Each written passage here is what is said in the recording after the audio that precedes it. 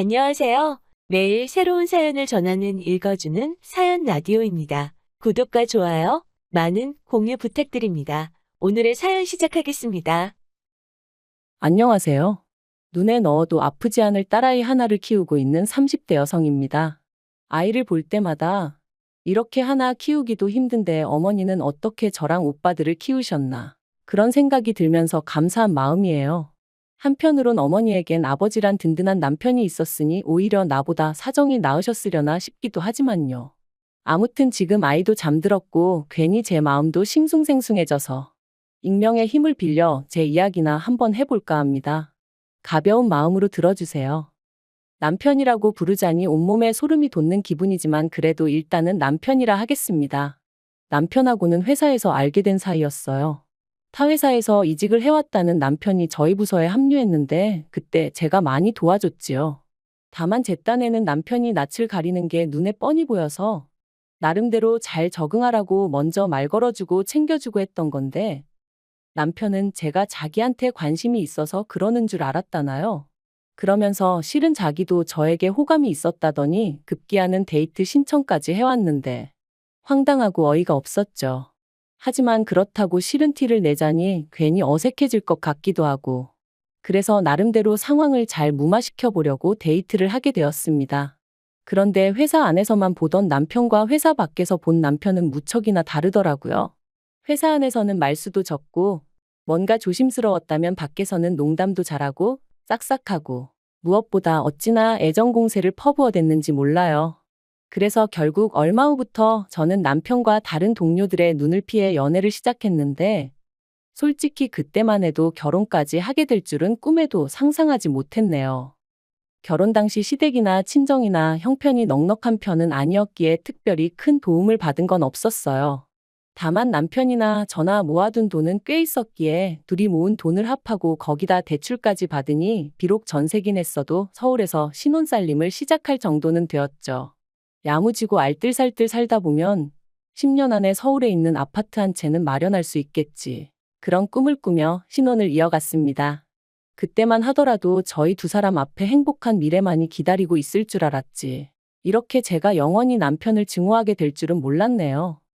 저는 어려서부터 아이는 둘쯤 낳고 싶었고 그렇기에 결혼 전에도 남편에게 몇 번이나 그런 이야기를 했었어요. 요즘 너도 나도 먹고 살기 힘들어서 애는 안 낳겠다 하지만 나는 그래도 둘은 낳고 싶다고. 내 아이들한테 이 세상이 얼마나 즐겁고 멋지고 아름다운 곳인지 보여주고 싶다 말이죠. 그리고 제가 이런 이야기를 할 때마다 남편은 자기도 마찬가지라며 아이들에게 부끄럽지 않은 부모가 되자 했었고요. 그런데 막상 결혼한 지 1년이 지나 제가 이제 아이를 가졌으면 좋겠다 하니 남편이 꼭 아이를 가져야겠냐는 거예요. 자기는 좀 자유롭게 살고 싶다면서 말이죠. 저는 생각지도 못한 남편의 발언이 어이가 없었고 급기야는 화도 났어요. 그래서 갑자기 그렇게 말을 바꾸면 어떡하냐고 나는 아이 없는 부부 사이라는 건 생각해 본 적도 없다 그랬습니다. 그런데 남편이 그럼 뭐 지금이라도 헤어져 줄 거냐 그러는데 그때 받은 충격은 이루 말을 할 수가 없었죠. 그리고 그렇게 며칠 동안 저는 남편과 말 한마디 섞지 않았습니다. 남편은 말이 헛나왔다 하면서도 진심 어린 사과는 하지 않았고 오히려 저를 예민한 여자로 몰고 갔으니까요. 그리고 전 그런 남편의 태도에 더 크게 상처를 받았죠. 사랑해서 결혼했고 그래서 아이가 갖고 싶은 건데 이렇게 비참한 기분까지 느껴야 하는 건지. 정말 시도 때도 없이 제 신세가 불쌍해서 눈물이 다 나더라니까요.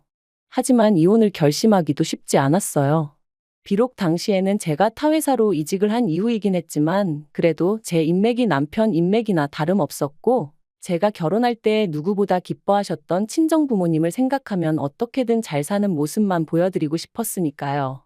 그런데 그렇게 이러지도 저러지도 못하고 어느덧 한 달쯤 흘렀을 무렵 저는 또 한 번 크게 놀랄 수밖에 없었습니다. 제가 임신했다는 사실을 알게 되었거든요. 비록 남편과 사이는 좋지 않았지만 그래도 남편이 애아빠이니 말을 안 할 수가 없잖아요. 그래서 화해도 할 겸 작은 선물 상자를 사서 그 안에 두 줄로 표시된 임신 테스트기를 넣어 식탁에 올려두었어요. 인터넷에서 보니까 이렇게 해두면 남편들이 너무 좋아서 소리를 지르거나 감격에 눈물을 흘리거나 하더라고요. 그리고 저도 솔직히 남편하고 사이가 안 좋은 와중이긴 했어도 남편도 다른 남편들과 비슷한 반응을 보이지 않을까 은근히 기대를 하고 있었죠. 그런데 몰래 안방문 뒤에 숨어서 지켜본 남편의 반응은 너무나 당혹스러웠습니다. 그건 기뻐하는 사람도 감동한 사람도 아니고 말 그대로 좌절하고 화가 난 사람의 모습이었거든요. 뱃속의 아이에겐 미안했지만 남편이 너무 미워서 지워버릴까 그런 마음마저 들었어요.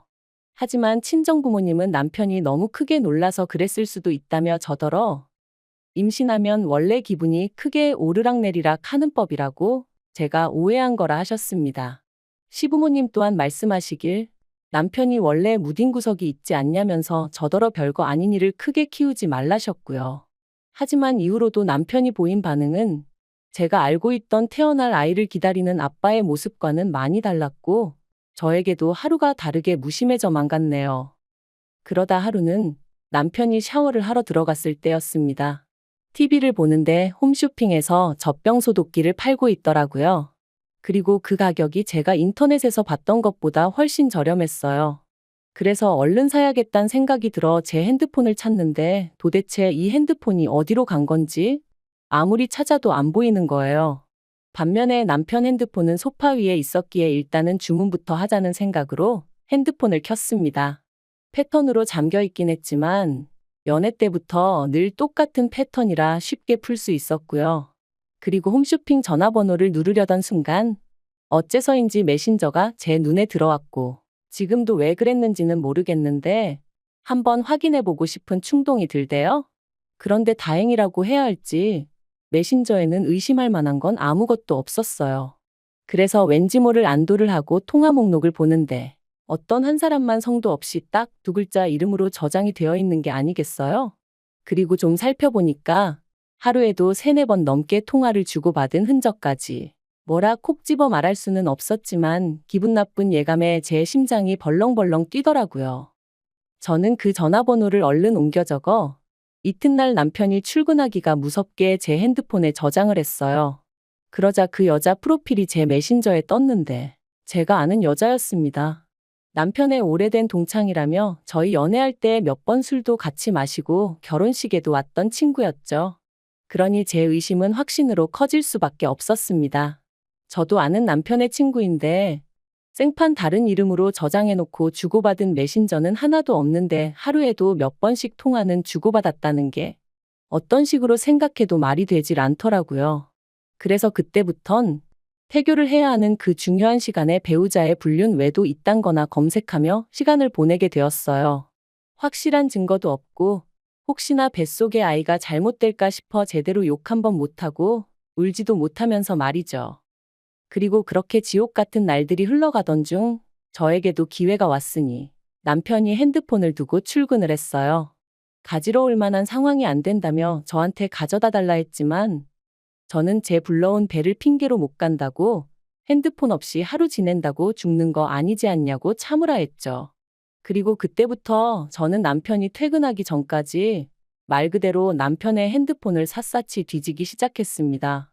뭐라도 하나만, 확실한 하나만 나와라. 그게 남편이 바람을 폈다는 증거든 아니면 결백하다는 증거든 제발 확실한 하나만 나와달라고 마음속으로 빌면서 말이죠. 그리고 다행히 제 바람이 통했는지 남편의 핸드폰에서 숨겨진 폴더를 찾았는데 그 안에는 남편과 상간녀의 구역질 나는 대화들이 가득했어요.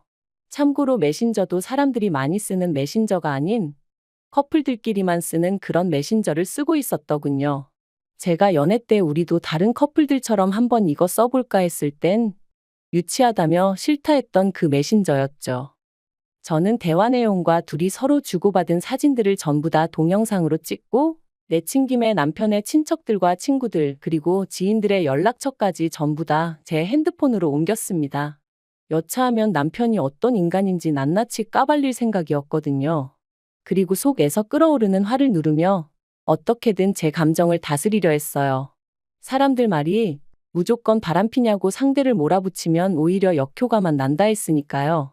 하지만 막상 퇴근한 남편을 보니 냉정한 판단을 내리고 움직이기가 쉬운 일이 아니었습니다. 그래서 결국 그 상간녀 얘기를 꺼내며 언제부터였냐 따져 물으니 전부 다 오해라며 아주 팔짝팔짝 뛰더라고요. 그저 사는 게 불쌍해서 통화 몇 번 하면서 힘내라고 한 것밖엔 없다며 아무것도 없는 빈 메신저를 보여주곤 이것 봐라 아무것도 없지 않냐고 적반하장으로 나오는데 아마도 제가 평소에 기계를 잘 다루지 못해서 남편에게 부탁하는 일이 잦다 보니 핸드폰에서 비밀 폴더 같은 것도 못 찾을 거라고 생각을 했던 모양이 돼요. 저는 저를 기만하는 남편의 태도를 정말이지 견딜 수가 없었습니다. 하지만 제가 가진 패를 전부 다 보여줄 순 없었으니 일단은 알겠다고 했죠. 한편 어느덧 시간이 흘러 출산이 코앞으로 다가왔고 저는 건강한 딸아이를 낳았어요. 하지만 어째서인지 남편도 어머님도 보이는 반응이 뜨뜻미지근했고 그런 반응을 보면서 저는 어렴풋이 남편이 여전히 외도를 이어가고 있다는 직감이 들었죠. 그리고 아니나 다를까? 제가 산후조리원에서 퇴소해 집으로 돌아왔을 때 남편이 저에게 충격적인 이야기를 건넸습니다. 이혼하자고 했거든요. 저에 대한 마음이 식었다면서 제가 여자로 안 보인다나요? 제가 남편더러 어떻게 나한테 그런 말을 할 수 있냐? 울지 않으려고 했는데 눈물이 쏟아져서 사실 말도 제대로 못했어요. 하지만 남편에게 내가 싫어도 우리 딸을 봐서 참고 살 순 없겠냐 뭐 그렇게 말했던 것 같아요. 그런데 남편이 솔직히 자기랑 어디 하나 닮은 것 같지도 않고 정이 안 간답니다. 저야 10달 품고 있기라도 했지만 자기는 애랑 시간을 보냈으면 얼마나 보냈다고 정이 가네 안 가네 소리를 하는 건지 어이가 없더라고요. 그래서 결국 저도 악에 받쳐서 당신이 사람이냐 소리를 질렀어요. 그랬더니 그래 나 사람 아냐 그러니까 이혼하자고 하며 더 크게 소리를 지르는데 정신 똑바로 차려야지 이러다 정말 일 나겠구나 싶더라니까요. 결국 저는 수소문 끝에 동네에 있는 이혼 전문 변호사를 찾아갔습니다. 그리고 그간 누구에게도 말하지 못했던 남편의 외도 사실과 함께 제가 나름대로 수집해 놓은 증거를 보여주었어요. 그랬더니 변호사가 정말 마음고생 많이 하셨겠다면서 자기가 끝까지 옆에서 같이 싸워줄 테니 포기만 하지 말라대요. 생각지도 못한 사람에게 위안을 받은 기분이었습니다. 그리고 이후로는 착수금을 입금하기가 무섭게 일이 일사천리로 진행되었죠. 남편은 이혼 이야기를 던져놓고 집을 나갔는데 당시 저는 남편이 시댁에 있는 줄로만 알았습니다. 하지만 이 또한 어머님이 남편을 감싸주고 계셨던 거고 실은 상간녀 집에 있었더라고요. 어머님한테도 어찌나 배신감이 들던지. 하지만 결과적으론 그게 저에게는 오히려 유리하게 작용했어요. 저는 상간녀 소송을 위해 상간녀의 정보가 필요했고 확실히 해두고자 상간녀가 사는 동네에 3번이나 찾아갔었는데 거기서 두 사람이 같이 팔짱을 끼고 거리를 걷고 마치 부부처럼 행세하는 사진을 찍을 수 있었거든요. 상간녀 소송부터 이야기하자면 결국 저는 3천만 원을 받아냈습니다. 남편이 저더러 돈독이 올랐다며 속이 후련하냐길래 후련하겠냐고 나는 이제 시작이니 이 정도로 열내지 말라고 했죠. 그리고 이혼. 사실 이혼해주지 말까? 어떻게든 버티고 살까 그런 생각도 안 한 건 아니었어요. 하지만 남편을 보면 속에서 구역질이 올라올 만큼 분노가 치밀었고 ATM이다 생각하고 살자니 얼마나 돈을 잘 벌어오는 것도 아닌데 그 돈 몇 푼 때문에 같이 살면서 스트레스를 받아야 하나 싶더라고요. 그래서 이혼을 결심했습니다. 남편은 안 지나서나 제가 이혼해주기만을 바라고 있었던지라 합의를 하는 건 어렵지 않았어요. 저는 결혼할 때 제가 가져온 8천과 위자료 3천을 원했습니다. 변호사 말로는 결혼 기간이 짧아서 사실 3천을 받아낼 수 있을지는 모르겠다. 좀 더 현실적인 금액을 부르는 게 좋겠다 했지만 남편이 이혼만 손꼽아 기다리는 걸 알았기에 저도 믿질 거 없단 생각으로 3천을 불렀네요. 그리고 역시나 제 예상대로 남편은 순순히 제 말대로 하겠다 하대요. 그리고 저는 어머님에게도 위자료를 청구했습니다. 아들인 남편의 외도 사실을 아시고도 숨겨주셨으니 저희 혼인관계가 파탄에 이르는데 일조하신 거나 마찬가지셨으니까요.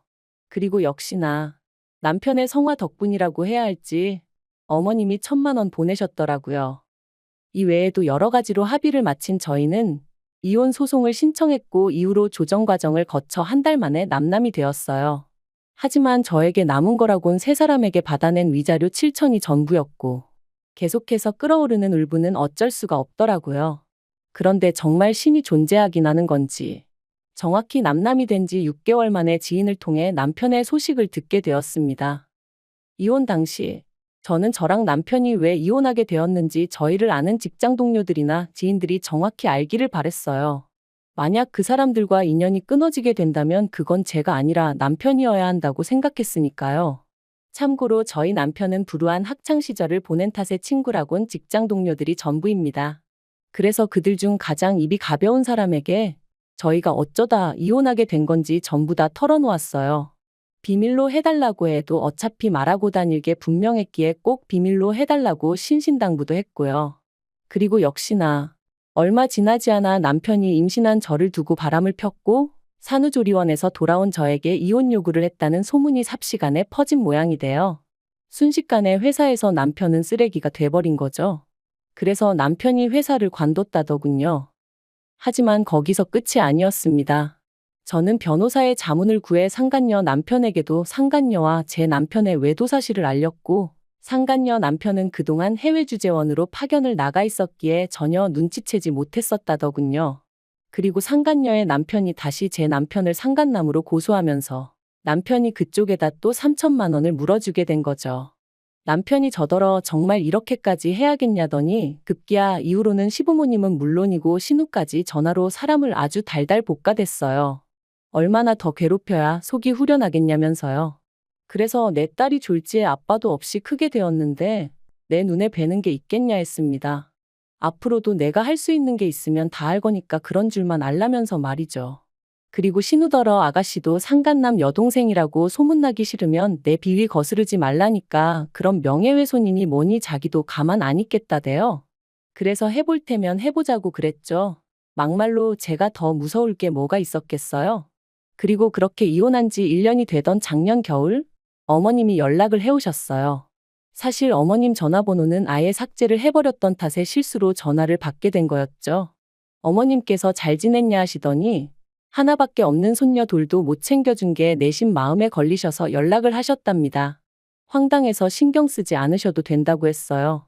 그랬더니 그러지 말고 당신 이야기 좀 들어보라 하시더니 너도 이제 자식 낳아 키워보니 알겠지. 부모 입장에선 자식이 무슨 짓을 하든 감싸고 돌 수밖에 없다 그러시는 거예요. 어이가 없어서 자식이 잘못된 길로 빠지면 못 가게 하는 게 부모 역할이지. 무조건 오냐오냐 해주는 게 무슨 부모냐 쏘아붙였습니다.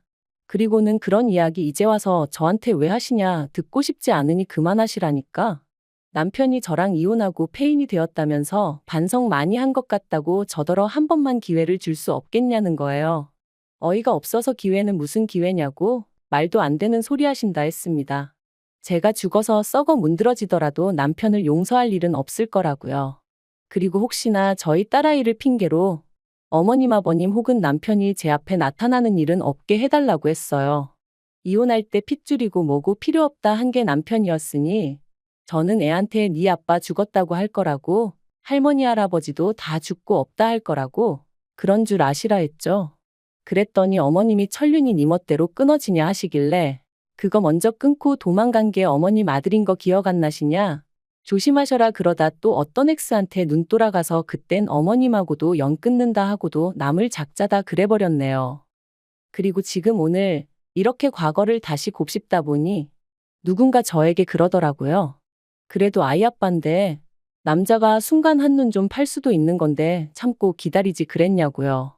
비온 뒤에 땅이 더 굳어지는 법이라면서 말이죠. 하지만 그건 자기가 겪어보지 않아서 그래요. 믿음과 신뢰를 저버리고 쾌락만 쫓는 사람이 무슨 애한테 좋은 본보기가 되어주겠어요? 아무튼 오늘로써 다시 한번 과거는 훌을 털어버리고 아이와 저 두 사람의 행복한 앞날을 꿈꾸며 한 걸음 한 걸음 나아가 볼게요. 긴 이야기 들어주셔서 감사합니다. 오늘의 사연은 여기까지입니다. 구독과 좋아요, 알람 설정해주시면 앞으로 더 좋은 사연으로 찾아오겠습니다. 감사합니다.